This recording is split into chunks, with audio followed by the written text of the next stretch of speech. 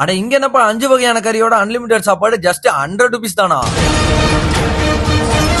இது எங்கன்னு பாத்தீங்கன்னா நம்ம சேலம் மாட்டியம்பட்டி போற வழியில வீரபாண்டியில இருந்து ரைட் எடுத்து உள்ள போனீங்க அப்படின்னா இங்கதான் நம்ம அறுசுவை விருந்து இருக்கு. அங்கதான் ரீசெண்டா நாங்க விசிட் பண்ணிருந்தோம்.